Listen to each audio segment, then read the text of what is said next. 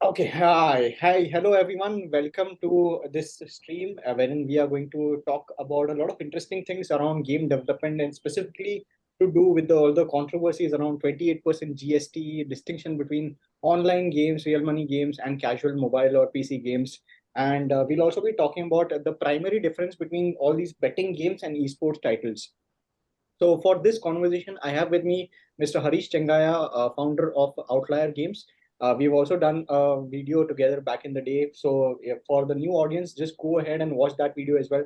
That was a ton of fun as well. So welcoming Harish again. Harish, this is a pleasure to do this again with you. And can you just give a small introduction for the new audience and also set the context for today's discussion that we're going to have? Sure, sure. Thanks for having me back, Nikhil. It's a lot of fun to be back on your channel again. Um, to talk about myself, I'm the founder of Outlier Games. It's an indie studio from Chennai. We are making our first PC console title called Deliverance. It's an action adventure game set in ancient India. So that's what I do as a day job. Outside of that, I also do the policy discussions for the gaming company or games industry of India. So the founders, we all get together and have a bunch of brainstorming sessions on what to do with how to take this forward to the government. So those are some things that I do. Fantastic. And with regards to the recent policies that are doing all the talks and all, what are your opinions and, what are some of the misconceptions that are going on? We read multiple articles with regards to, 28% GST being imposed on the gaming industry. So can you just highlight what is that exactly? And is it true that this 28% GST is applicable on the entire gaming industry, or is it just another misconception, or are we missing out something? Sure, sure. There is this age-old term, right? First come, first serve. So the policy making at a government level works very much like that most of the times. So what I mean by that is in the Western world, video games came first, right? So they were able to set the tone with the government as to what video games are. So after that, when RMG, fantasy sports, or iGaming, as they call it in those countries, when that came in, it got categorized very differently right from the get-go because video games industry set the tone. But in India, as we all know, iGaming came first, and then the video games industry started growing little by little, right? So way before us, the R&D industry went to the government and they set the terms, right? And they said they they are games, online games. So they therein got termed the terminology of online games. So when we look at the news and when they say online gaming or online games XYZ happens, it only and only means RMG and fantasy sports from the Indian government's perspective. They are not talking about video games at all, or they are not talking about esports at all. So, as a gamer, when the people who are watching this video, if they see a headline that states online games and it says XYZ, just you can blindly assume that it's about RMG and fantasy sports. That's the situation. But uh, due to this very broad terminology, online games, it can mean anything, right?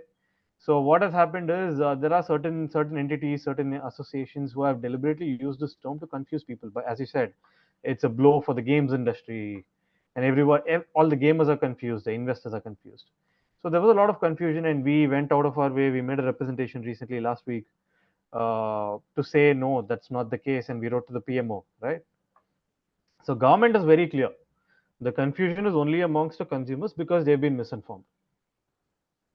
Understood. And another aspect is, there is been a lot of noise in the industry from notable personalities. Very recently, even one of the favorite sharks, Mr. Ashneer, Ashneer Grover.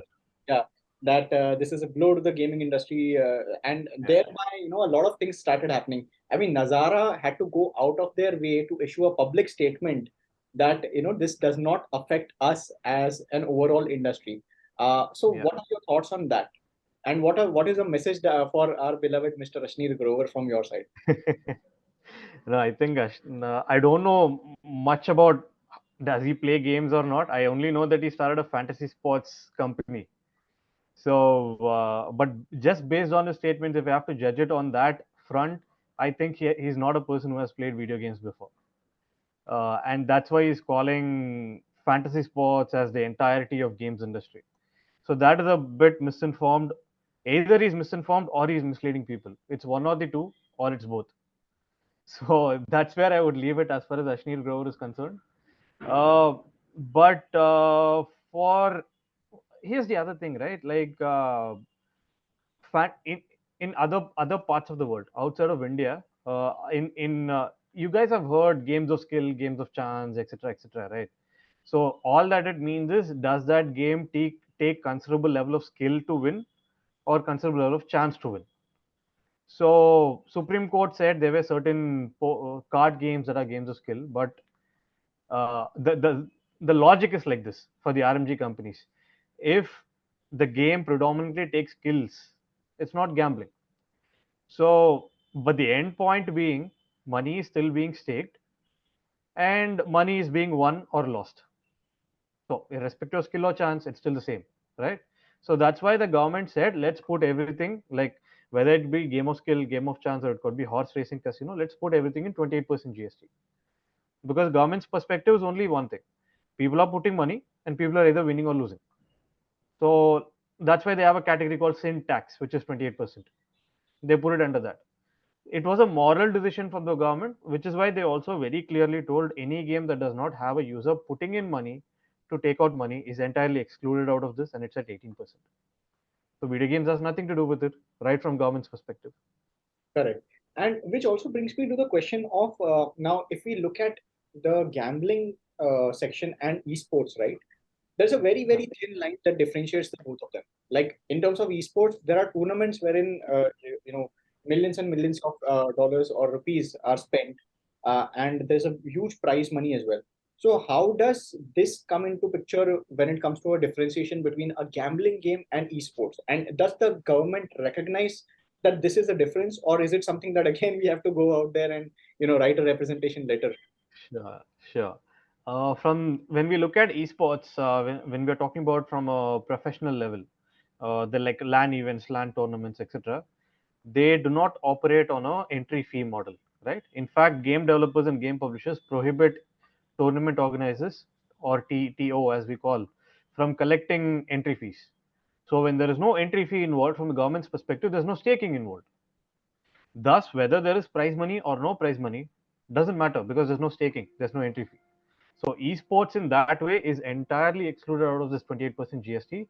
But obviously, certain esports players wrote to the government. They made a change.org petition, because they have also been misinformed and misled by certain entities, saying that you would be affected by this, your earnings would be affected by this, and they got spooked, and they had to go and write letters, put out tweets.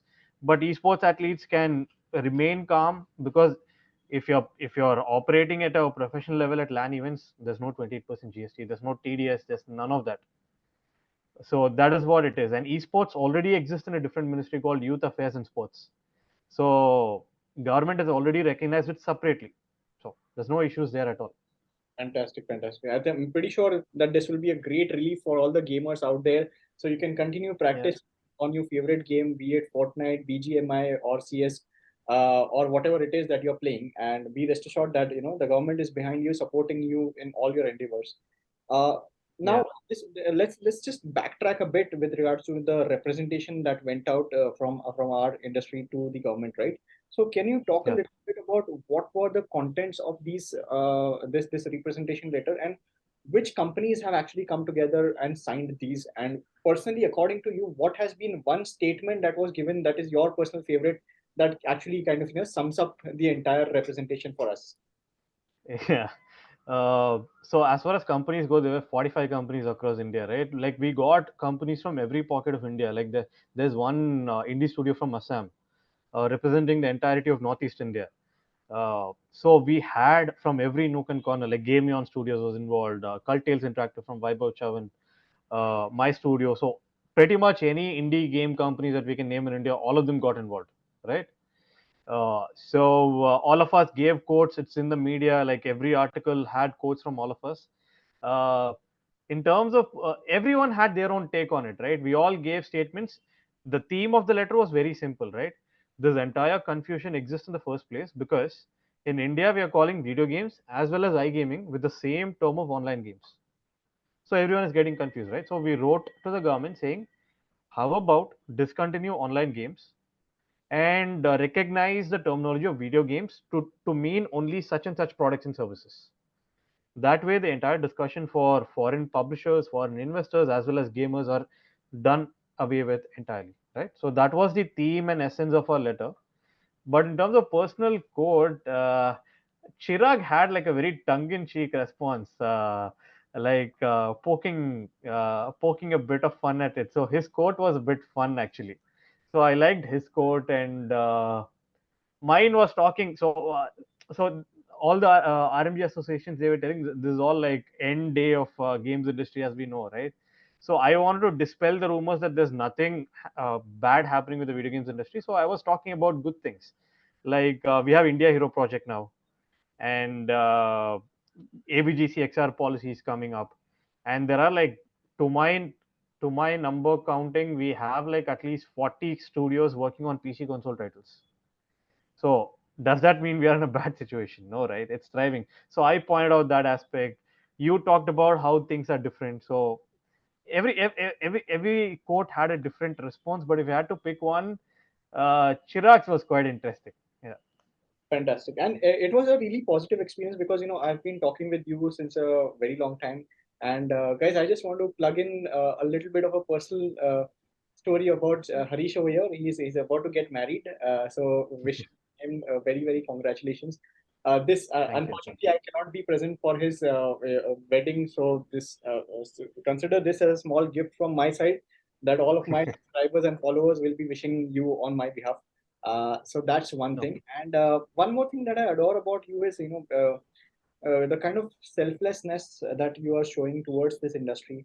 Because I understand whatever you're doing right now will be remembered for years to come. So, just a small part of appreciation for the work that you're doing. Because, not just this, but Harish, you were also instrumental in getting some of the developers, huge grants. So just a huge, huge, huge, massive shout out to Harish. Guys, just go ahead and follow him on all social media channels. Check out the studio Outlier Games. They are working on an exciting title that is coming out very soon, right? Yeah, I mean, the game will come out in 2 years' time, 2.5 years, but we are all applying for India Hero Project. Yeah, for me, that is too soon. I mean, having worked a game that is, to this date, people are asking when is it coming out, what's the progress. I mean, you can't really share the updates every single week. So anyway, Yeah, yeah, yeah. but that was a little bit of an off tangent. I just wanted to give a small highlight with regard to the work that you're doing. And Thanks for that. what is the outcome that you're expecting from this dialogue that we are having with the government? Do you think that they are open to suggestions? Do you think or sense that there is a little bit of a rigidness, or do you think maybe probably having some people be a part of the government itself will help our cause? What is your take on that part? Sure, sure. Based on my some of the conversations that I've had, what I got a sense of is they are comfortable taking their time and getting things right rather than rushing through just to finish it. So that way, when they have a regulation out, most of the, let's say, P1, P2 bugs are sorted. Only P3, P4 bugs are remaining, which they will get to once they hear more. In game industry lingo, that's how I can put it.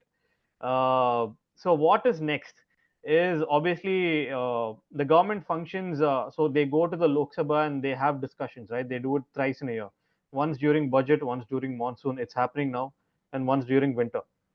So at the moment, whatever discussion is happening in the Lok Sabha, we can't do anything. It's already started, and government also has many other problems going around these days. If you saw the news, you will know what's happening.